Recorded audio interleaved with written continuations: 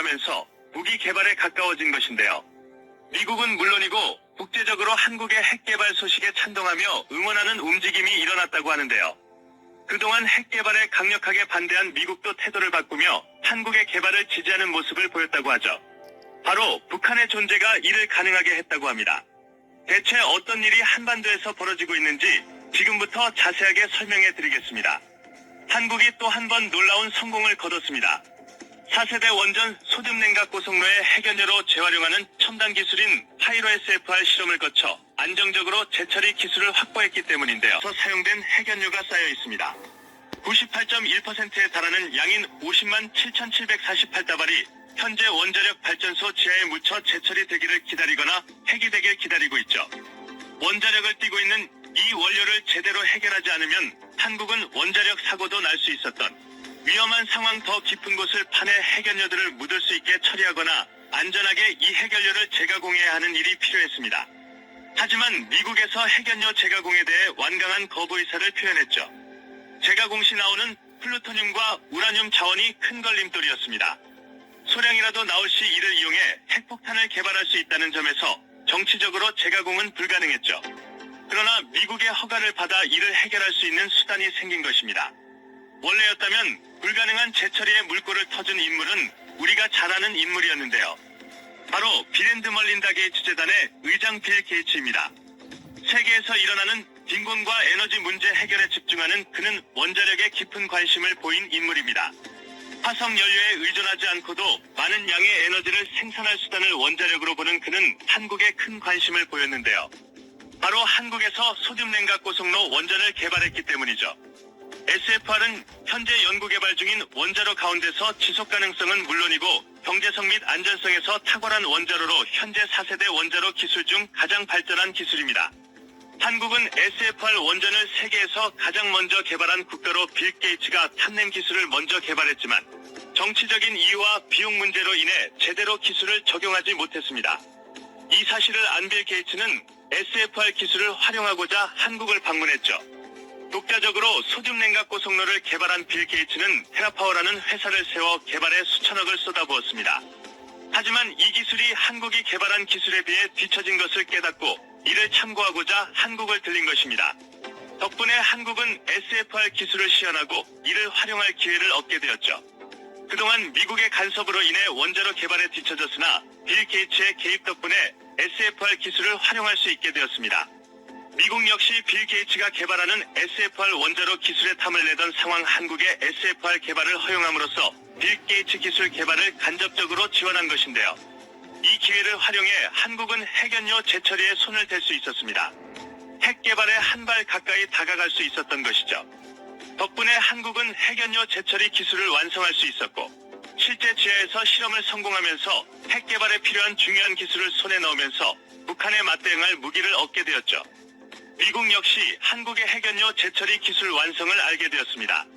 다만 예전과 다르게 기술 개발에 대해 모른 척 넘어가는 모습을 보였는데요. 이전과 다르게 왜 미국은 한국에게 기술 개발을 허용해 준 것일까요? 바로 북한이 소형 핵탄두 개발을 완성하면서 예상보다 훨씬 빠르게 한국은 물론이고 미국까지 타격할 핵무기 개발을 완료했기 때문입니다. 그 전까지는 돈은 물론이고 기술도 없어서 러시아나 중국의 핵기술을 이전받은 북한은 여러 차례 실험을 통해 기술 발전을 도모할 수 있었고 최근에는 괄목할 정도로 놀라운 성능의 ICBM 기술과 소형 핵탄두 기술을 손에 넣었죠. 미 CIA는 오는 6월 북한이 핵실험을 강행할 것이며 풍계리 핵실험장에서 실험 준비를 위한 장비는 물론 도구까지 갖추며 실험 완료에 속도를 내고 있다는 사실을 밝혔는데요. 위성을 통해 풍계리 지역 주변에 물자가 오고 가는 것을 확인했다고 합니다. 무게 400-500kg에 해당하는 경량 핵탄두 개발은 그동안 핵탄두 무게가 무거워 멀리까지 쏘아 보낼 수 없었던 북한의 사거리 한계를 극복한 것으로 이번 실험이 성공으로 끝난다면 더는 북한을 효과적으로 압박하는 것은 무리에 가깝습니다. 자신에게 마음에 안 드는 일이 있다면 핵을 쏘아 보내겠다고 협박 미국까지 타격할 수 있다고 말하며 한국이 아닌 미국을 협박해 자신이 원하는 것을 얻어낼 수 있기 때문이죠.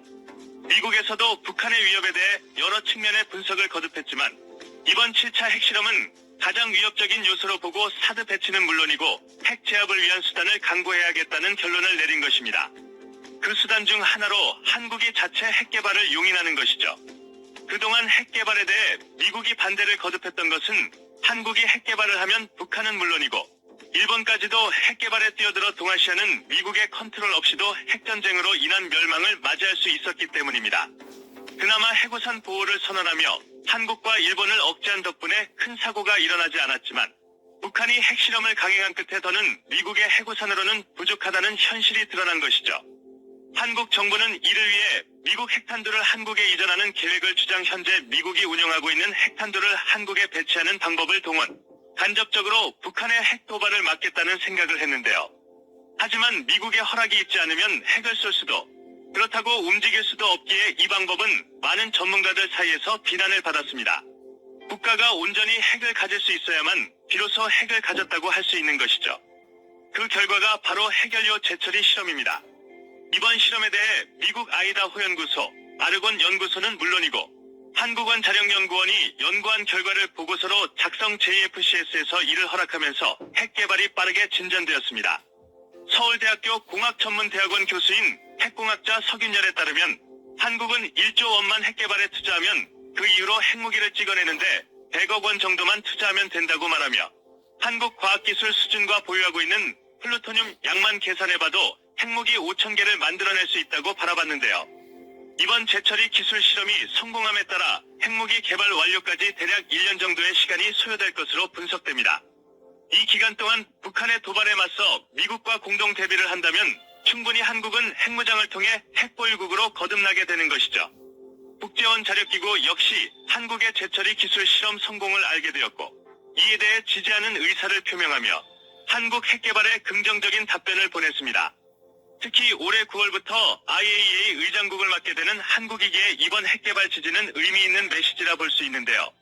미국 보수논객인 더그 밴도는 한국 핵무장에 첫 발을 내디딘 것에 축하의 메시지를 보내며 박정희 대통령이 과거 선견 지명을 보인 일이 지금에서야 결실을 보게 되었다며 핵무장은 한반도만이 아니라 중국까지도 영향을 주는 중요한 결정이라며 칭찬했습니다. 미국 전략국제문제연구소의 브래드 글로서먼 국장과 데이빗 센토리 선임연구원은 월스트리트 저널 기고문을 통해 무력감을 느끼던 한국에게 단비와 같은 소식이며이는 한국만이 아니라 미국에게도 중요한 소식이라며 박수를 보냈습니다. 국제사회가 얼마만큼 북한을 문제적으로 바라보는지 잘 알 수 있죠. 하지만 모든 국가가 한국 핵무장에 대해 찬성한 것은 아닙니다. 가장 격렬하게 반대한 일본과 간접적으로 핵 영향에 놓인 중국은 한국의 핵무장에 대해 부정적인 의사를 내비쳤죠. 특히 일본의 핵 개발을 부르짖으며 위협에 맞서 강한 일본을 주장했던 아베 신조 전 총리는 한국의 핵 개발 소식에 충격받으며 평화를 지키는 일본이 핵을 먼저 가져야 한다고 주장 핵을 맞은 일본이야말로 누구보다도 핵을 선용할 수 있다고 주장했다. 자민당 내에서도 비핵 3원칙에 대해 예외를 두어야 하며 한국에서 개발했다면 일본도 개발하지 않을 이유가 없다고 주장 예상했던 대로 일본도 한국처럼 자체 핵연료 재처리 기술을 동원해 핵을 개발하겠다며 나섰는데요. 하지만 IAEA는 이러한 일본의 주장을 일축했습니다. 핵에 대해서 한국이 재처리 기술을 보유하고 개발에 나선 것은 어디까지나 북한이라는 존재 때문이라고 주장해 씌어 일본의 경우 미 태평양 함대는 물론이고 해구산으로 충분히 대비가 가능하다고 말하며 한국은 어디까지나 예외적인 상황이라고 언급했죠. 이미 일찍이 일반 시민들과 군사 전문가들은 한국의 자체적인 핵 개발에 찬동하는 상황 이번 기회를 통해 한국은 수건을 이룰 수 있게 되었습니다. 그 어느 국가의 위협에도 당당하게 맞설 수 있는 핵무기를 보유하게 된 한국이 드디어 북한의 위협에서 벗어날 수 있기를 바라며 더 이상 북한에게 휘둘리지 않는 강한 한국이 되길 염원해 보겠습니다.